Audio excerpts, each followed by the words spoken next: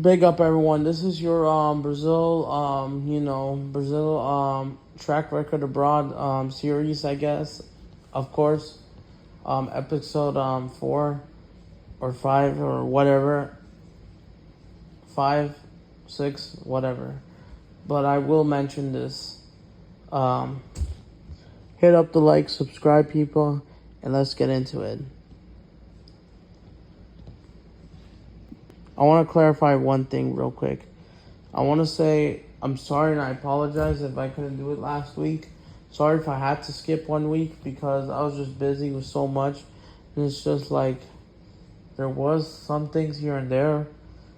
But I will say this, most of the Brazilian players, they did pretty well. So, but I want to talk about this week. This is your Brazilian week between September 27th to September 26th to 28th. So yeah, and yes, I did miss the updates from last week. But anyways, let's get into it. So this is gonna be a little bit different. I'm not gonna do this consistently, but I'm just gonna do this for this week. Let's start off the let's start off with the other leagues real quick. Let's start off with we're gonna do La Liga and the Premier League, the last two. I want to get this over with. So I don't know if I'll do this more consistently, as well as we're gonna talk about updates from each one of them. And unfortunately, I will. And by the way, the international break is coming up soon. Brazil will play Japan in like 10 days from now. So, and South Korea, or at least South Korea first. So let's dive into it. So yeah, we're gonna start off with Germany real quick with just Jan Kuti. So on Saturday, Jan Kuti played 69 minutes in Dortmund's 2-0 win against Mainz as their final break of that curse. So I didn't watch this game. I'm assuming he did a solid performance. Mainz, you could say, were absolutely terrible. Mainz didn't do anything, so he just did his thing. So nothing there, I guess, to add on. Fair enough to him. So yeah, out of Germany already, it's that simple. That's probably where we have it. That's likely going to get called up. And I know we got to talk about more Brazilian players that should be called up at some point as I'm trying to do this. So okay, let's go to Italy, I guess, Serie A. Let's start off with Ederson with Atalanta. I have an update about him. On Saturday, Ederson has finally returned to injury as in their but Ederson, he came back on the bench, but he didn't play a single minute. He stayed on the bench during the full 90 minutes of the game in Atalanta's 1-1 draw against Juventus, which I did saw, which was literally after the Madrid derby, which we're gonna get into it as well because I got a lot to say. But yeah, he just came back from injury, so fair enough. As well as he's probably gonna get prepared for the next Champions League game. So yeah, Ederson just there. All right, moving on to Roma to talk about Wesley from South. Wesley played 69 minutes, if I remember. I could be wrong. In their 2-0 win against I forgot Verona or Verona Helens or something like that. I'm just trying to remember this the outside, but yeah, in their 2-0 win, he had like 2 or 3 shots all game. He was trying to get chances, but just couldn't convert them. So I would say he had an okay performance. Nothing to add on there. And finally, let's go to Inter Milan. Let's go to Inter Milan to talk about Luis Enrique. The one from Inter Milan, because there's two. So it looks like Luis Enrique has finally gotten his first minutes. He played 72 minutes in Inter Milan's 2-0 win against Cordes away. Inter Milan did what they needed to do. They got a 2-0 win. So I didn't see what he did in this game. I didn't watch this game. But I'm assuming that he's now starting to play more often. Looks like Inter Milan's coach, Christian Scoseria, sorry if I butchered his last name, looks like he's starting to have trust. Looks like as he's trying to bring up momentum.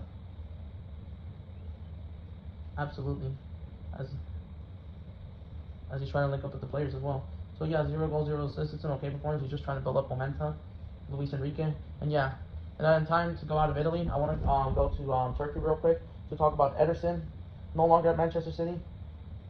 And I got something to say. So Ederson, he played the full 90 minutes as goalkeeper, kept the clean sheet for Fenerbahce in their 2-0 win against. Sorry if I may not notice you because I'm trying to.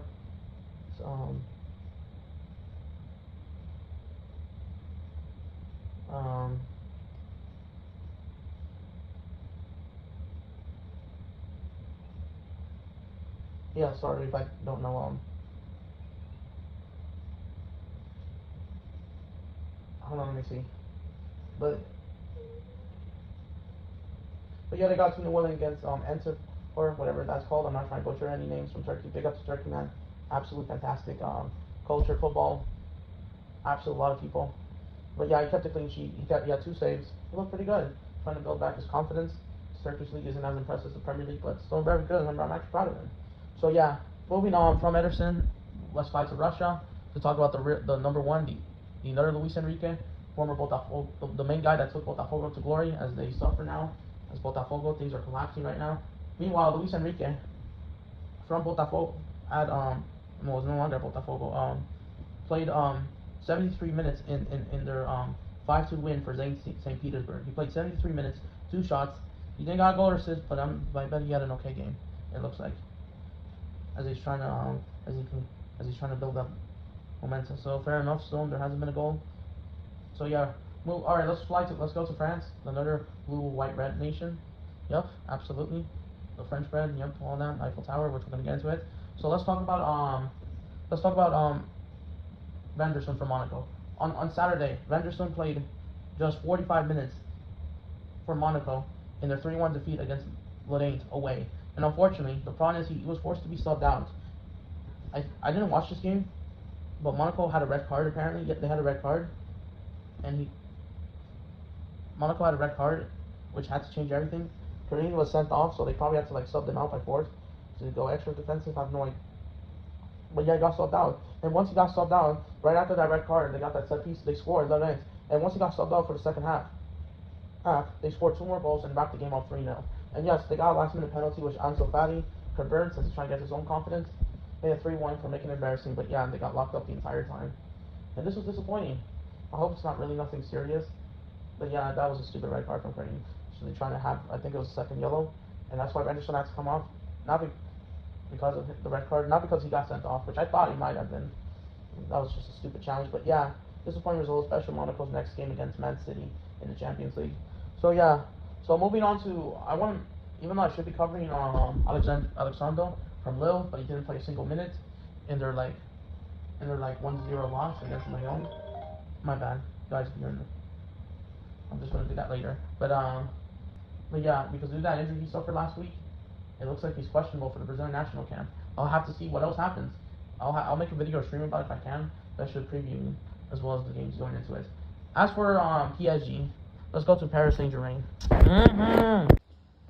So yeah, so to PSG, since we did this last week, I want to mention this. So first of all, congratulations to Ousmane Dembélé on winning the Ballon d'Or, which we already made a reaction to it. Dembélé, absolute true winner. We all know he was carrying PSG this whole time.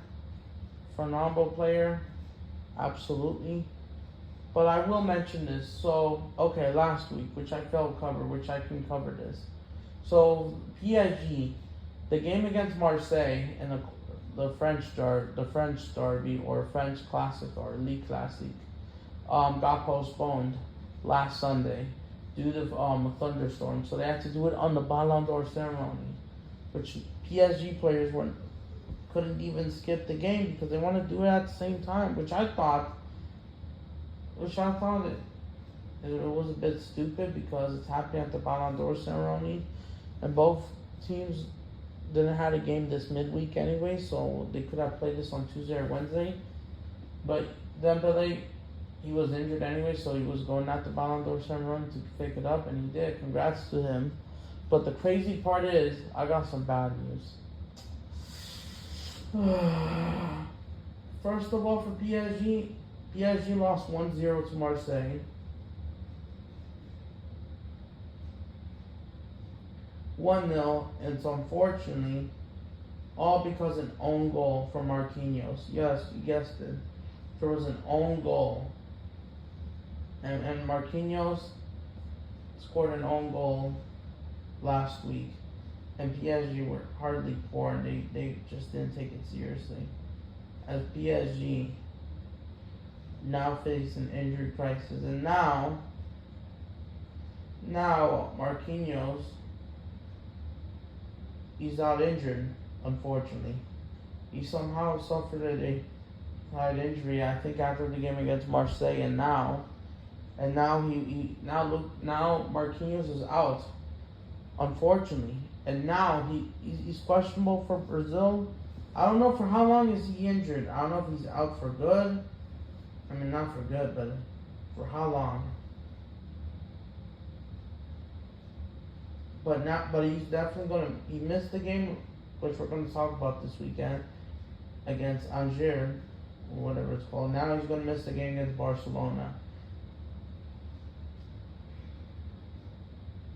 So I don't know how long. I don't know if he will able to play for Brazil, even though it's just a friendly. But it's like still, it's just not sustainable. But yeah, Barcelona. We're gonna talk about them. PSG and Barcelona will be on Wednesday, which we probably won't do. Which unfortunately, that game, the hype has fallen off, as both PSG and Barcelona face a crisis. Both Brazilians, Rafinha, we're going to get into it, and Marquinhos is out, and this is absolute sad. It's just really disappointing. I'm just depressed, devastated. But besides that, Lucas Beraldo did step up, and he played, I think, okay minutes against Marseille. He played the full 90 minutes against Angers. I think that's what the team is called, AX. The first two letters. And guess what? He scored a goal himself. To make it PSG 2-0. The Ukrainian, what's his name? The former Bournemouth defender, center back, Anton Zabin, I think that's how you say it, scored the first goal, and the second goal was scored by Lucas Beraldo, which is what? I forgot it was a through ball, but he had a good performance when he did, and intercepted and a head, and he scores. What a goal. What a goal for Lucas Beraldo, especially heading confidence against FC Barcelona this coming week as a match being by Marquinhos. And this is absolute on the score sheet. They're an important one for PSG, and now they're on top. So the Marseille loss didn't mean anything at this point so far. So yeah, there you go. As PSG, they got built up a crucial game. Alright, let's mention, it's time to go to La Liga, to Spain. And just to get this over, we're going to start off what happened this weekend. The biggest game of all of the week. So yep, we're going to the big stars. Yep. And all I gotta say, I need to absolutely give out my thoughts. Real Madrid, yep. Vinicius Jr., Endrick, Militao, and Rodrigo. They all played a single minute in this game, but let's start. But listen. Real Madrid absolutely got destroyed by their crosstown rivals, Atletico Madrid, 5-2. In my opinion, I thought this was an absolute poor performance from Real Madrid. Real Madrid conceded 5 to their closest rivals. Closest city rivals. I know it's a derby, and especially some form. Real Madrid haven't been doing good after winning 7 straight wins. They lose to their biggest rivals, crosstown rivals, Atletico Madrid, and now Barcelona has momentum again because Atletico got momentum in Atletico Madrid. Now they're starting to win games. And now for Real Madrid, this is absolutely shocking, bro. What an absolute joke. This was by far the biggest game of the week, and Real Madrid absolutely got cooked. If you look at the stats, Atletico Madrid absolutely tear down apart Real Madrid, and Atletico Madrid haven't been that consistent, bro. Even though I will say this for Atletico Madrid, they only show up when it's a Madrid derby because for some reason they don't show up in the other big games. They got a little bit unlucky against Liverpool, but they absolutely cooked Real Madrid, no matter the form. And in Real Madrid, we're absolutely a little bit too confident for their comparable wins against Espanyol and Levante, and now they've lost the game. Now they have lost to Atletico Madrid away, and now they're falling behind Barcelona, as we're going to mention. So Real Madrid only had 2 shots on target, and they were not going for the goal, as they got locked up. They even let Antoine Griezmann score his first goal, as reminding Mbappe that he's better still. Conceding from set pieces. This is an absolute joke from Xabi Alonso. This was his first major test of the season. 9 including the PSG Club World Cup, 4-0 battery, I guess.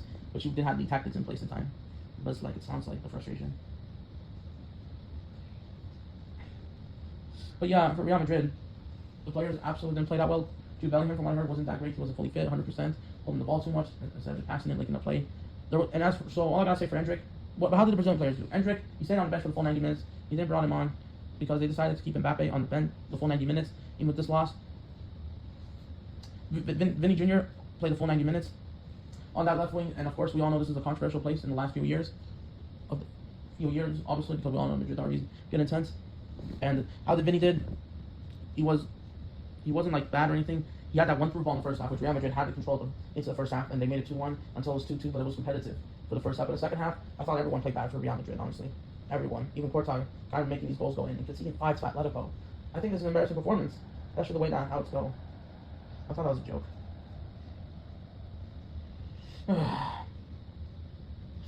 Yeah, I thought this was embarrassing. This was pretty embarrassing, honestly. Vini, like I said, yeah, that's this where he assisted Arda Güler and puts it in. After that, I'm not trying to go after him, but like the whole team just disappeared in the second half. What a goal from Julian Alvarez, the free kick, the penalty kick, yep. And Javi Alonso has a lot to fix up. Real Madrid, they have to travel all the way to Pakistan to play whatever the team is called. So I thought though, like they should be putting like Belto, you know what. But yeah, this is an absolute disappointment for Real Madrid. Rodrigo, he came on and played just 20 minutes, had one shot on that right wing, then couldn't do anything else. So I thought the whole Real Madrid.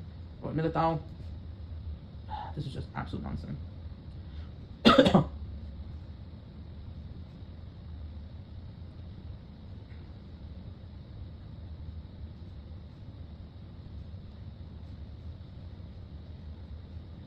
Militao played just 45 minutes. It looks like, but apparently I heard reports that he might be a bit injured. Unfortunately, a bit discomfort. Looks like injury scared, but it's not like fully confirmed that he's injured. So it looks like they're just going to rest him. It looks like he won't travel to Pakistan. First 5 minutes he went down. Thought he was going, so Javi Alonso took him out at halftime. I don't know if there was a problem. Militao wasn't at fault at any of these goals. The first one, well, no one was man marking. Dean Howson wasn't man marking, honestly, and like the whole back line, and then like yeah. But if he was at best, he'd probably be marking a little bit better. Maybe could prevent possibly one of the goals to go in from the header, especially Shortloff not getting man marked to make it 2-2 before halftime. But this was an absolute poor performance from Real Madrid. Absolutely poor. So yeah, Real Madrid, absolute bad. Moving on, I want to mention Barcelona right away. Barcelona, unfortunately, the bad news is Rafinha is out due to injury. He's out for the next 3 weeks, which means he won't be called up for Brazil, and it sucks, bros. I'm just disappointed. Rafinha's out for 3 weeks. He won't come back till the international break. And I know a lot of Barca fans have been disappointed, even though Marcus Rashford will have to take responsibility in that left wing. And I know that last week he was benched. He was benched by Hansi Flick, I think. Or wait, I think he played actually, my bad. I think that was a game against Valencia. Against Getafe, they got the win. Trying to do somewhat impact, but unfortunately the game against Real Vega as a Thursday, he went down injured, subbed out second half. Played just 50 minutes, I think. 60 minutes, he went down injured, and boom. He had to go. And now he's out injured. Unfortunately, he's out injured, which means we're Barcelona, just like PSG, they have an injury crisis, which means the game won't be as fun, as entertaining. Barcelona, yes, they got Lamine Yamal back. They got the job done against Real Sociedad 2-1, even though I thought they looked a little bit shaky at times. Barcelona needed what they needed to do, but it wasn't sustainable. Rafinha, especially if Marcus Rashford performing, Marcus Rashford could play a high level against PSG, and if he actually shows up on a consistent basis, I'm worried that Hansi Flick might drop Rafinha in for more games. Imagine if he steals his spot. It wouldn't. I mean, I hope Flick figures this out, but like Rafinha's out now, which means Rashford is starting. So yeah, there you go. So yeah, they got the 2-1 win. Lamine Yamal instant impact, but Rafinha's not injured. Unfortunately, it sucks. Oh man. We're finally doing the Premier League, so I want to start off with Mateus Cunha of Manchester United, because they lost again. But on Saturday, Mateus Cunha, he played the full 90 minutes in, I think the exact full 90 minutes, in Manchester United's 3-1 loss to Brentford. And you know what? I thought United were poor. Mateus Cunha had 4 shots, including one shot like that was going a little bit close near the post, but it went off target inside and just couldn't convert. I thought it looked dangerous on some person, but it's just Manchester United is Manchester United. Very inconsistent. They beat Chelsea just to lose to Brentford. I knew it. And they also conceded a goal very late in the last 5 minutes of the game. And that wrapped them up. The last 3 minutes of the game, actually. But yeah, Mateus Cunha is back from injury. Glad to see. But it's just United are still playing haram ball. Casemiro, he was suspended due to the red card he picked up against Chelsea. But we expect it to come back next week. Hopefully. Against whoever they have. So yeah. Let's go to the Chelsea boys. Yup. We'll be covering João Pedro, who played his former club Brighton, Esteval William, and Andre Santos. They all played. So João Pedro played the full 90 minutes. Technically it was 100 minutes because it went overtime. Before I tell you, Esteval and Andre, they all started together. Esteval played 63 minutes while Andre Santos played 54 minutes. Unfortunately, in Chelsea's 3-1 loss to Brighton, Hove Albion, just 3-1. And all I gotta say, Brighton deserved to win. Chelsea went down to 10-man. Trevor Chalobah doesn't know what he's doing. Did not have a goal scoring opportunity, was sent off, so he had to sub off Andre Santos. Instead, he had to put on, I forgot who he put on, but I thought this was a questionable sub from Maresca. And then João Pedro, Esteval played 63 minutes, was also forced to sub off. I thought as the creativity immediately died for Chelsea, which is absolute disgraceful. As he tries to put in maybe I forgot, and then subbing in Garnacho and all that. I thought that was ridiculous, and unfortunate for Chelsea, they lose. They lose. As they're still winless in the Premier League, as they got Liverpool up next, which we're heading to now.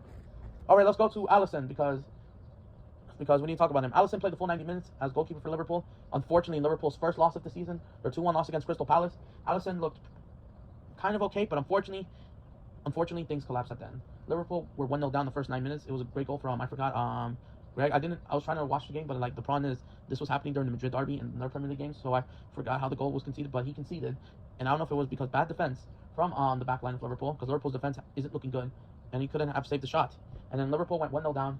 85 minutes later, basically nearly to the 90th minute, they did equalize, made a 1-1 from Chiesa's strike, and then Liverpool ended up, lose the game at the last second, because this game was about to end the draw, and then look at how much space Konate and I forgot who else was responsible.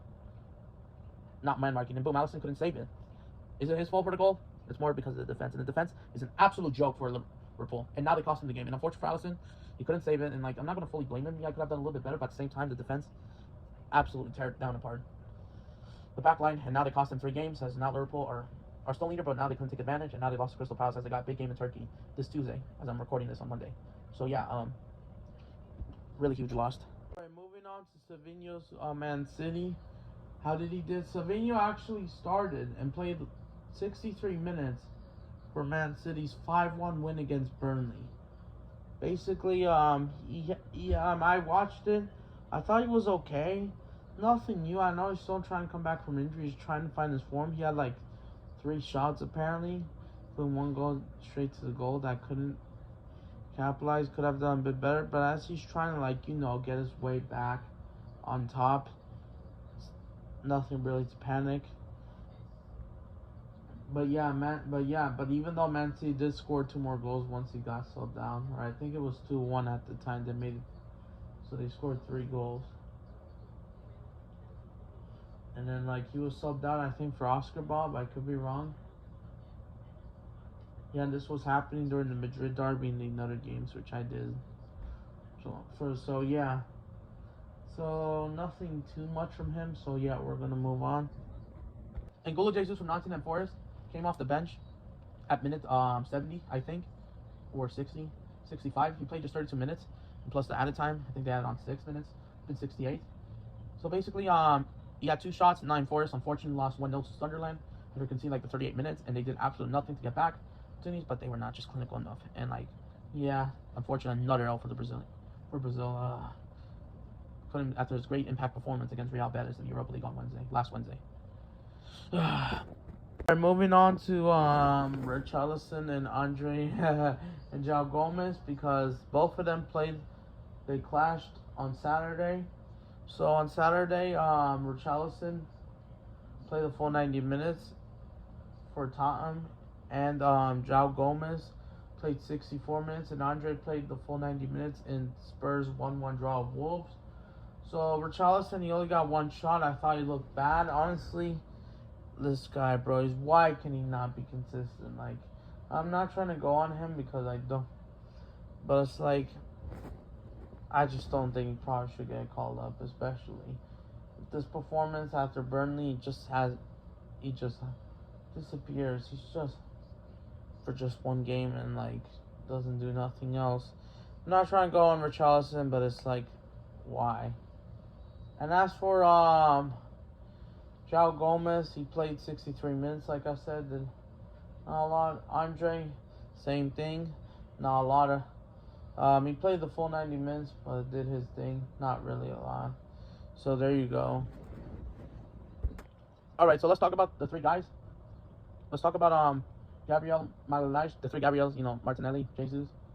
All right, so even though Gabriel Jesus still injured, both Gabriel Magalhaes played the full 90 minutes, and Gabriel Martinelli, I think, came on 73rd minute. I could be wrong. I don't think he started. And guess what? Gabriel Magalhaes wins the game for Arsenal. Set piece corner, he gets it right, and they win it. They win it for Arsenal. Important 3 points. First win at Newcastle at St. James's Park in like 3 years. I could be wrong. Oh yeah, the first one since 2023 of May, in their 2-0 win. For the first time, they finally broke it down as Newcastle struggled. Bruno Guimaraes, I forgot how his performance. He played, I think, and Joe Linton as well. I forgot about these 3 guys, but it's like as they're trying to compete, and as well. But good luck to but yeah, Gabriel Magalhaes got it right, and he won it for Arsenal. So congrats to Arsenal, congrats to him. Gabriel Martinelli is trying to do that impact as well. I think he might have gotten this. I could be wrong, but he was good off the bench. But yeah, absolutely. And that wraps it up.